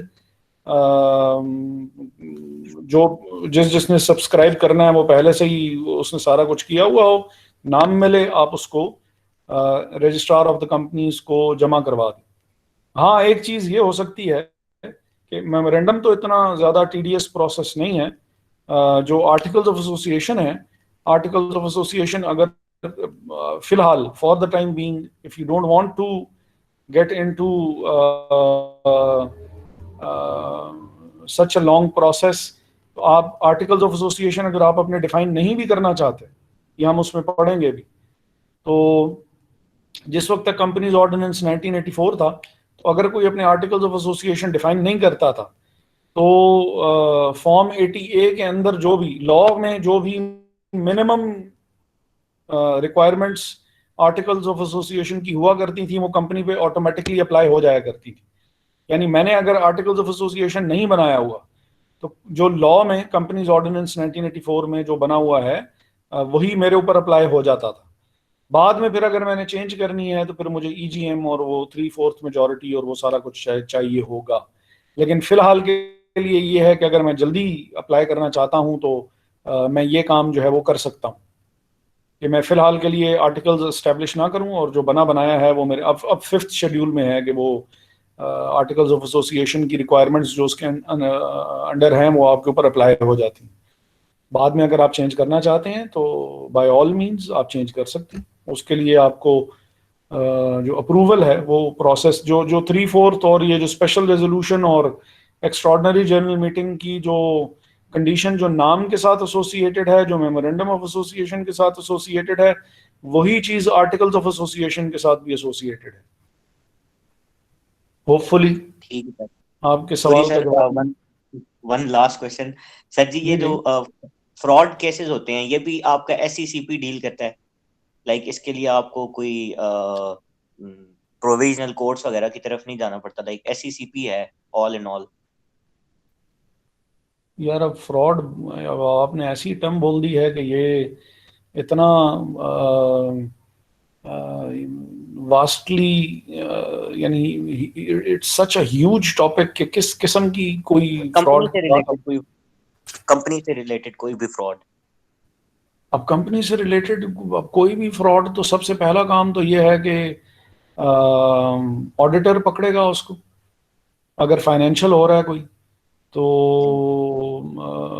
ऑडिटर उसको पिन पॉइंट करेगा। अगर तो वो उस चीज़ को ठीक कर देते हैं, हम आज ही बात कर रहे थे उसमें GRE की क्लास में भी कि रिपोर्ट क्वालिफाई कर दे, अगर वो एतराज़ उठा दे कोई भी, तो उसके एतराज़ को और ऑडिटर को सेटिस्फाई करना ज़रूरी है। अगर वो चीज़ फ्रॉड पकड़ा जाता है तो जो बंदा जो डायरेक्टर उसमें इन्वॉल्व होगा उसके खिलाफ कानूनी कार्रवाई अलहदा से की जाएगी। नहीं सर, वो सारी बातें ठीक है, मतलब कि ये जो भी कार्रवाई होगी ये सिर्फ SECP करेगी ना, आपकी दूसरी कोर्ट्स तो नहीं करेंगी? वो मेरे ख्याल से ये भी डिपेंड करता है कि मतलब ऑफेंड कौन लोग हो रहे हैं, मतलब या अग्रीव्ड लोग कौन है। क्रिमिनल कोर्ट में जाएगा वो। हाँ जी, हाँ जी, ये वो क्रिमिनल कोर्ट में जाएगा। अगर कोई लीगल मामला उन्होंने को छोड़ दिया है जिसके ऊपर उनको पेनल्टी लगनी चाहिए तो वो फिर SECP की डोमेन के अंदर आती है। अगर कोई कानूनी वैसे अब कानून भी तो बड़ा है ना यार, मैं इसीलिए तो कह रहा हूँ कि आपने इतना ब्रॉड सवाल कर दिया है कि अब इसमें क्रिमिनल प्रोसीडिंग्स भी हो सकती हैं अगर इट वाज क्रिमिनल ऑफेंस। अगर वो क्रिमिनल नहीं था, कोई लीगल कोई ऑफेंस कोई था, कोई आपसे कंडीशन को पूरी करने के लिए कही गई थी और आपने नहीं की है तो SECP उसके ऊपर एक्शन ले सकती है। अब जैसे ऑडिट की मैंने एग्जांपल दे दी, वो हो सकता है। सिविल प्रोसीडिंग आपके खिलाफ हो सकती है। तो इट ऑल डिपेंड्स कि किस किस्म की कोई चीज़ हुई है, ताकि उससे रेलेवेंट जो बॉडी है, अगर यूं फिर जवाब दिया जाए कि ये देखते हुए कि किस किस्म का ऑफेंस हुआ है तो उस ऑफेंस के हिसाब से फिर जो रेलेवेंट इदारा होगा वो आपके खिलाफ हरकत में आएगा। ठीक है सर जी, जिस तरह ये फूड से रिलेटेड कोई कंपनी है, अगर उसका फूड खाने की वजह से किसी के बंदे की जान वगैरह चली गई है तो उस तरह के जो केसेस होंगे वो क्रिमिनल कोर्ट में जाएगा वो काम। ठीक है सर, ठीक है sir, thank you. Consumer courts जो बने हुए हैं ना, कंज्यूमर कोर्ट्स में ये बात जाएगी। ठीक है सर जी।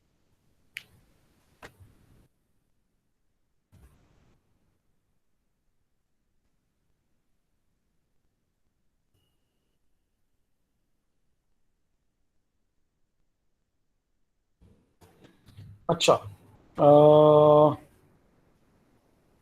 ठीक हो गया, ये तो मैं एक्सप्लेन कर चुका हूँ। मेंबर क्या होता है ये हम पहले GRE की क्लास में भी वैसे देख चुके हैं, लेकिन the subscriber to the memorandum of association are deemed to have agreed to become members of the company and become members on its registration, and every other person जिसने भी मेमोरेंडम ऑफ एसोसिएशन को या articles of association को जिसने भी sign किया हुआ है वो कंपनी का मेंबर है। And every other person to whom is allotted or who becomes the holder of any class or kind of shares, and every other person इसके अलावा भी वो बंदा भी हो सकता है, मेंबर कहलाएगा, टू whom इज अलॉटेड, जिसको शेयर्स अलॉट किए गए हैं, और who becomes the holder of any class. Allot तो नहीं किए गए थे, लेकिन उसने किसी से खरीद लिए। अलॉटमेंट जो है वो कंपनी शुरू शुरू में जो नए शेयर्स बेच रही है, तो अगर आपने फर्स्ट टाइम कंपनी ने किसी के नाम पे शेयर्स लगाए हैं तो वो बंदा भी मेंबर कहलाएगा। वो बंदा भी मेंबर कहलाएगा जिसने किसी कंपनी ने शेयर बेच दिया खावर साहब को, खावर साहब से मैंने ले लिया, तो now I am the holder of the share, तो मैं भी कंपनी का मेंबर बन जाऊंगा। तो वो बंदा भी है जिसने मेमोरेंडम ऑफ एसोसिएशन को साइन किया हुआ है। वो बंदा भी है जो कि फर्स्ट टाइम अलॉटी था, जिसके नाम पे शेयर लगाया गया था, कंपनी ने लगाया था। वो बंदा भी हो सकता है जो कि होल्डर ऑफ द शेयर है। अब ये जो एनी क्लास और काइंड है, इसके ऊपर भी होपफुली हम लोग बात जो है वो कर चुके हैं। अब मुझे याद नहीं है कि ये फाइल्स मैंने आपके साथ वो की नहीं है। सर ये काइंडली आप दोबारा शेयर कर दें, क्योंकि ग्रुप में बहुत सारी डिस्कशन हुई हुई है, तो काइंडली सर। ठीक है जी, मैं आपके साथ ये भी शेयर कर देता हूँ। और सर काइंडली अगर पॉसिबल है तो बुक भी शेयर कर देना। जी जी, वो भी आपके साथ शेयर करते हैं।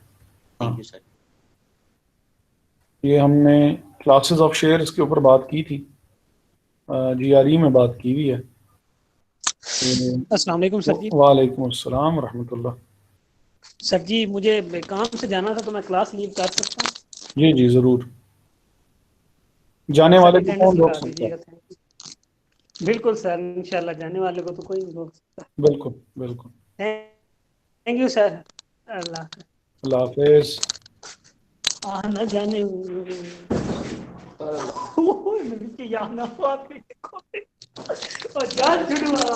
ओ भाई स्पीकर बंद कर ले करामत। वो असल में बताना चाह रहे हैं कि मैं वाकई जा रहा हूँ, मजाक नहीं कर रहा था। तो खैर है, कोई बात नहीं, हम उनकी खुशी में बराबर के शरीक हैं।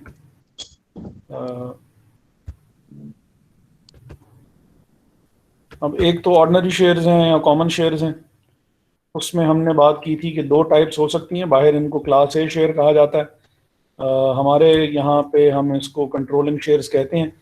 और यूजुअली जो ऐसा कॉमन शेयर जिसके साथ one share carries 2 voting rights, तो ये जो है वो क्लास ए या कंट्रोलिंग शेयर कहलाएगा, और ये है कॉमन शेयर। और क्लास बी शेयर्स हैं जिसमें एक शेयर के साथ एक वोटिंग राइट अटैच होगा। बाकी फिर ये नॉर्मल डिसीजंस के लिए you need 2/3 majority, major decisions के लिए you need 3/4 majority. Preference shares में फिर काफ़ी टाइप्स हैं। इसमें परपेचुअल प्रेफरेंस शेयर्स भी होते हैं, कमुलेटिव और नॉन कमुलेटिव भी हो सकते हैं, पार्टिसिपेटरी नॉन पार्टिसिपेटरी हैं, कॉलेबल नॉन कॉलेबल हैं, रिडीमेबल इरिडीमेबल हैं, जीरो डिविडेंड हैं और कन्वर्टेबल हैं। तो मेन जो चीज़ थी ना, जो इनके साथ वोटिंग राइट नहीं होता। ये जो प्रेफरेंस शेयर्स होते हैं, प्रेफरेंस शेयर्स के साथ वोटिंग राइट अटैच नहीं होता। कॉमन शेयर्स वालों के साथ जो वोटिंग राइट होता है वो अटैच होता है। और इसमें से जो स्पेसिफिकली जो प्रेफरेंस शेयर्स हैं, जो मैंने रेड उसमें मैंने हाईलाइट किए हुए हैं, ये वो हैं जो कि बाकायदा तौर पे लोन के तौर पे ट्रीट किए जाते हैं। इनको शुमार ही लोन के तौर पे किया जाता है। लिखे तो ये बैलेंस शीट में इक्विटी और लायबिलिटीज के बीच में जाएंगे, लेकिन जब आप लायबिलिटीज कैलकुलेट कर रहे होंगे तो कमुलेटिव प्रेफरेंस शेयर्स को और रिडीमेबल प्रेफरेंस शेयर्स को आप लायबिलिटीज कैलकुलेट करते हुए लायबिलिटीज में डालेंगे। अब ऐसा क्यों है? उसकी भी रीज़न ये है कि जो कमुलेटिव प्रेफरेंस शेयर्स हैं, इसके ऊपर जो रिटर्न है, अगर 8% कमुलेटिव प्रेफरेंस शेयर्स हों सपोज, तो रिटर्न फिक्स हो जाएगा। लाजमी हर सूरत में मिलेगा ही मिलेगा, हर सूरत में मिलेगा। अगर अभी ना मिल सका तो नेक्स्ट टाइम आपको 8 और 8 16% मिलेगा। एक दफा मिस हो गया, अगली दफा डबल मिलेगा, क्योंकि ये चीज कम्युलेटिव है, ऐड होती जा रही है, एक्यूमुलेट हो रही है, एग्रीगेट हो रही है। तो वो सिक्योरिटी जिस पे रिटर्न फिक्स हो और कंफर्म हो, वो लायबिलिटी हुआ करती है, जैसे लोन के केस में होता भी है।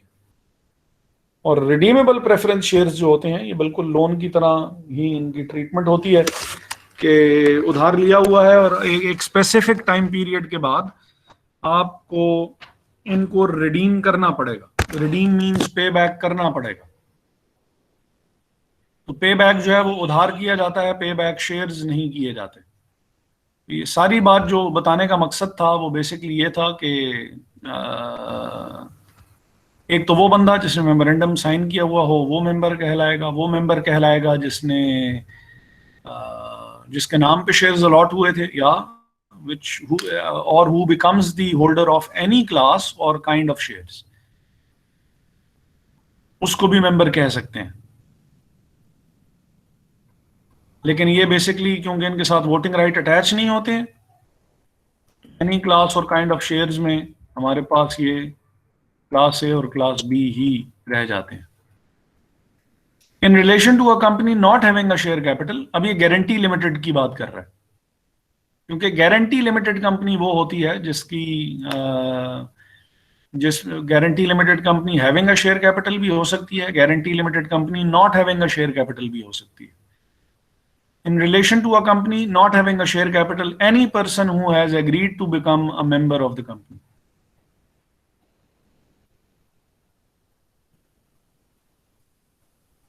बेशक उसने शेयर लिया हुआ हो, अगर तो शेयर लिया हुआ है तो फिर तो मसला ही कोई नहीं है, फिर तो ऊपर वाली कैटेगरी में आ गया। अगर उसने शेयर नहीं भी लिया हुआ गारंटी लिमिटेड कंपनी के केस में, और उसने कंपनी में इन्वेस्टमेंट की हुई है, तो वो कंपनी का मेंबर कहलाएगा। या whose names are entered in the register of members are members of the company, या जिसका नाम जो है वो रजिस्टर ऑफ मेंबर्स में लिखा हुआ है, वो बंदा भी मेंबर कहलाएगा।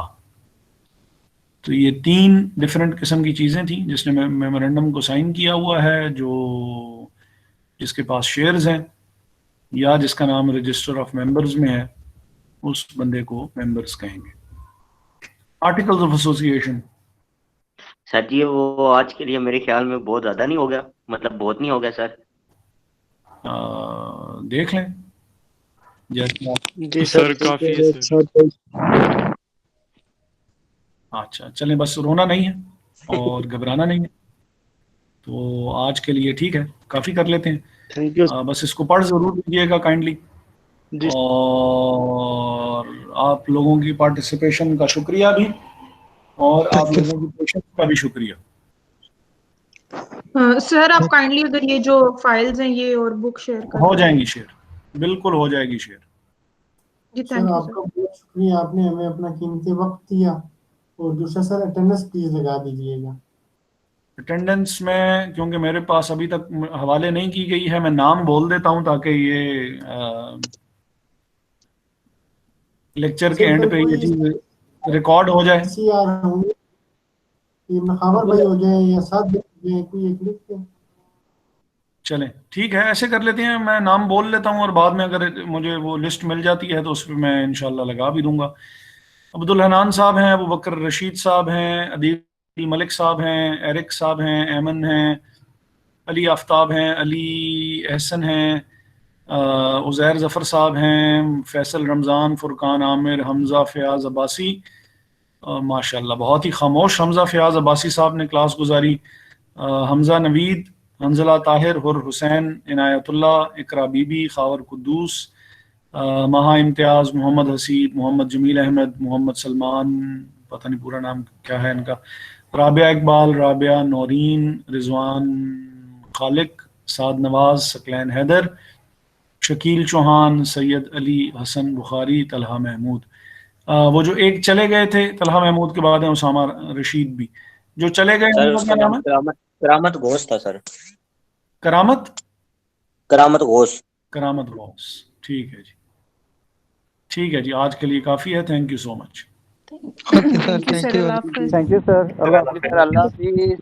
बहुत शुक्रिया सर, मेहरबानी आपकी सर। सर मेरी खंडे जी। अबू बकर। फैसल भाई जी भाई, जी भाई। रिकॉर्ड हो रहा है लेकिन। जी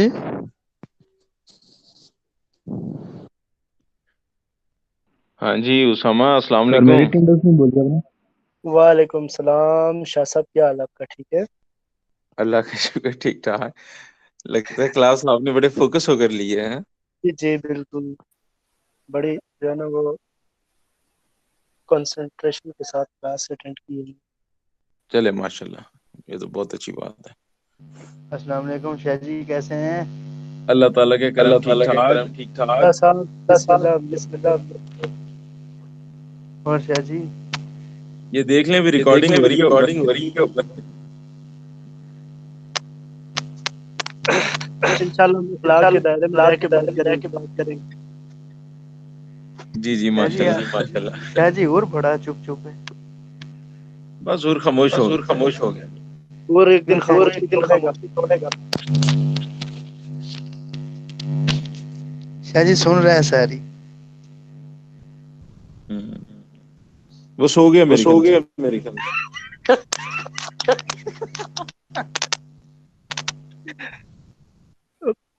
अंगों में ठंड भी बहुत है ना आजकल।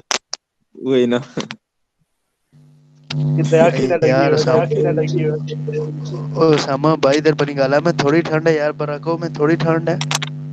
हाँ वैसे ये भी है यार, मैं कसम से और पाँव भाई ठंड हम डैम के किनारे पे बैठे हुए हैं, अल्लाह की कसम पाँव नीचे जमीन पे रखने नहीं हो रहे, इतनी ठंड है।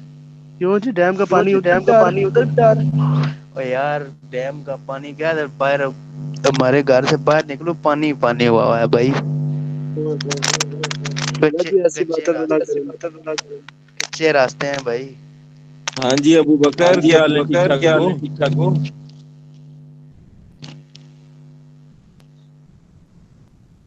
अबू बकर। अबू बकर अबू बकर अबू बकर भाई साहब किधर है आप? भाई साहब किधर है आप?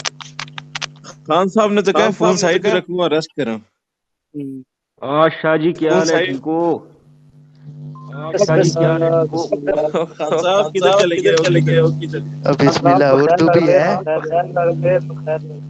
बस शाह जी वो उसामा गया था भाई थोड़ा, मैंने कहा यार बस थोड़ा चिल कर ले। ओए अच्छा नूर जिंदा है? अच्छा। जल्दी है, आपने ज्यादा चिल कर दी है। हाँ आप पांडू भाई कैसा है? ओए तू अभी तक जिंदा है? अल्हम्दुलिल्लाह अभी तक तो जिंदा है यार। क्यों और क्या तेरी नाम आवाज सुनना नहीं थी आ रही, मैं समझा गुजर गया है। बस ये तो शाह जी की मेहरबानी जो हमारा पूछता रहता है, ओसामा बेवफा हो गया है।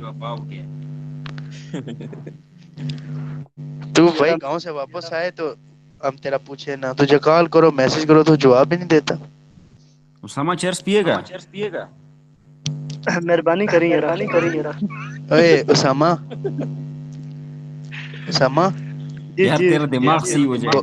नहीं बोलना इधर, उसमें बड़ी माँ में बड़े हैं, तूने पीनी है तो इधर आ जा। हाँ ये भी सही है। ओसामा ओसामा अभी भी दुकान में बैठा होगा। हाँ ना यार, दुकान तो ओसामा क्या रेट है अभी चीनी का? चीनी बहुत सस्ती हो गई है यार, 80 रुपए किलो हो गई। तो पूरी कितनी की हो गई? बोरी हो गई है तकरीबन 3,800 की। उसामा भाई बाजरे की बोरी कितने की है? बाजरा भी सस्ता है जी। और आटे का क्या रेट है ओसामा? रेट बताओ ना भाई।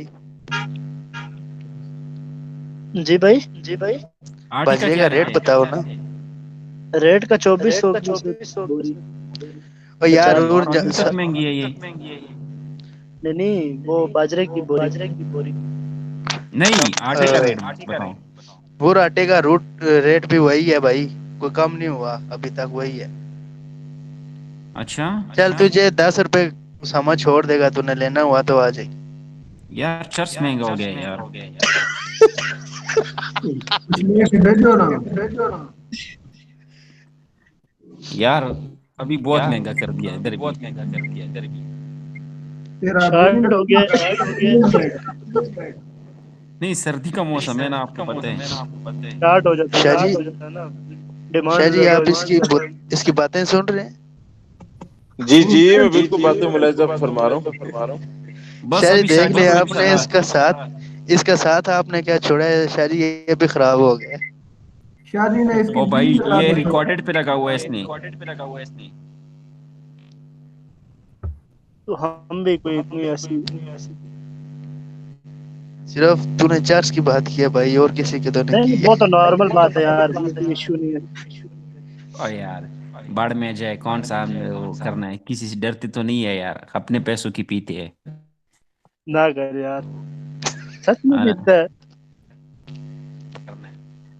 यार बेहतरीन चीज है यार, बेहतरीन चीज है यार। कब से शुरू किया भाई? ओ यार तुझे नहीं पता? ठीक है जी, हमजा साहब, हूर साहब, शाह साहब, मैं चलता हूँ फिर। ओके जी, अल्लाह हाफिज, मैं भी चलता हूँ। ओके जी, अल्लाह ओके हाफिज, अल्लाह सारे ही हाफिज चलते हैं। मेहरबानी बहुत शुक्रिया।